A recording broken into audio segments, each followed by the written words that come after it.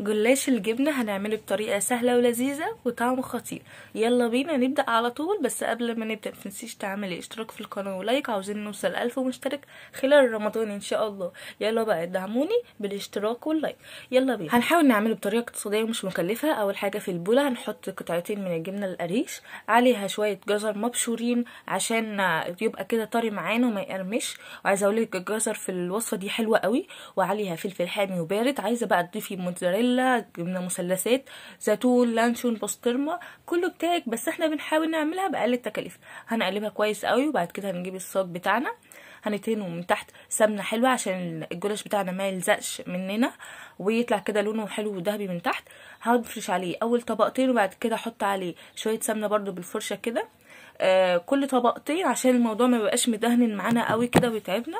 هحط عليه السمنه، وبعد كده هحط حوالي 5-6 طبقات كده من تحت. والطبقه اللي انا هحط عليها الحشو هدهنها برضو بالسمنه، عشان احنا مش عاملين فراخ او لحمه فيها سمنه، لا احنا عاملين جبنه وهي ما فيهاش دهون. فهنزل بقى بالحشو بتاعتي وافردها كويس قوي في قلب الصاج في كل حته، وما خليهاش تقرب قوي من الحروف عشان ما تتحرقش او تطلع بره. عايزه اقولك ان الحشوات دي من احلى الحشوات، وفي الجلاش طعمها حلو قوي. وعايزه اقولك انا بحب الجلاش بالجبنه اكتر من اللحمه، لانه بيبقى طعمه كده مميز، بتبقى مقبلات جنب الوجبات الاساسيه. واول كمان لما نبدا في عمايل الجلاش نكون مولعين الفرن على درجه حراره متوسطه عشان يبقى سخن معانا وقت ما ندخل الجلاش، وما ياخدش وقت على ما يسخن والجلاش يطرى معانا ويبوش. هحط بقى بقيه كميه الجلاش بتاعتنا برضو زي اللي تحت، هعمله فوق 5 طبقات، ما بين كل طبقتين سمنه ما عدا اخر طبقه. اما نوصل لاخر طبقه هقولك هتعملي فيها ايه. اخر طبقه يا ستي ما بتحطيش عليها سمنه عشان لما تيجي تقطعيها تعرفي تقطعيها حلو، لانك لو قطعتيها وهي عليها سمنه هتلاقي الورق عمال يلزق في ايدك ويضايقك وانتي بتقطعيها ومش هتعرفي تقطعيها كويس. فاحنا اخر طبقه لما بنوصل لها بنقطعها الاول بالشكل اللي احنا عايزينه بالحجم اللي احنا عايزينه، وبعد كده بندهنه بالسمنه اللي احنا عايزينها بقى عشان كمان يطلع لونه ذهبي كده وحلو. هنقطعه كويس اهو على الناشف، يعني مش حاطين سمنه ولا اي حاجه عشان يتقطع معانا بكل سهوله، مش بيلزق في ايدي اهو الورق وكله تمام. وبعد ما بنقطعه بقى بالحجم اللي احنا عايزينه، انا قطعته مربعات صغيره. بنجيب السمنه بتاعتنا، وكمان السمنه اللي احنا لما نيجي نستعملها وهي سايحه ما تبقاش سخنه قوي، لا تبقى يا اما دافيه يا بارده، بس عشان ما تبقاش مجمده.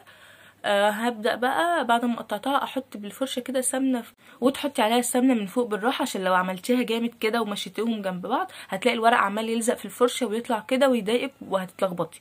وتعملي كمان بالسمنه في الحروف كويس قوي عشان الحروف دي ما تقرمش معانا وتنشف كده وتيجي تطلعيها تتكسر معاكي. بندهنها برضو بالسمنه كويس قوي الطبقه اللي فوق واخر طبقه تحت عشان دول مهمين. بعد كده هنجهز بقى الصوص اللي هي اللبن اللي هنحطه على الوش عشان يطلع معانا طري كده مش ناشف ومقرمش معانا زي الحلو. هنجيب كوبايه من اللبن دافيه، لا سخنه ولا ساقعه، بدرجه حراره الغرفه، عليها بيضايه برضو بدرجه حراره الغرفه. هنحطهم مع بعض، وهنحط عليهم كمان معلقه صغيره من الفلفل الاسود عشان الزفاره بتاعه البيض، والفلفل الاسود هيضيع اي زفاره بتاعه البيض. هنقلبها كويس قوي، وبصي وانتي بتقلبيها دوريها الزفاره كده وافتحيها عشان تفكي معاكي. وممكن كمان تكوني في طبق تحطي فيه البيضه وتضربيها كويس قوي مع الفلفل الاسود، وبعد كده تنزلي عليها باللبن. شوفي الاسهل بالنسبه لك واعملي. انا بالنسبه لي عادي، الاتنين سهلين. هنقلبهم كويس قوي، نفك البيض كويس قوي ونخلطه باللبن مع الفلفل الاسود. دي من الحاجات المهمه في الجلاش الحادق عشان بيخليها طريه كده ومش ناشفه زي الحلو. وبعد كده هصب عليها بقى اللبن على الحشوه اللي انا عاملاها او على الجلاش اللي انا عاملاه.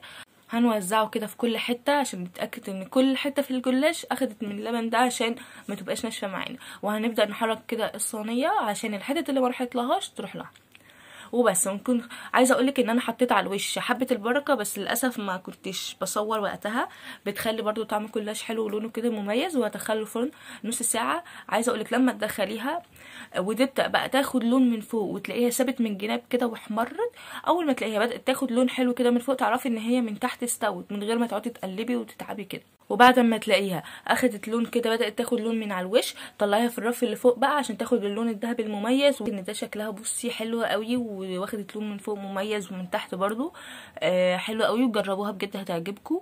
والحشوه بتاعتها مميزه وجميله، والجزر بيخلي طعم الجلاش بالجبنه حلوه قوي، جربوه.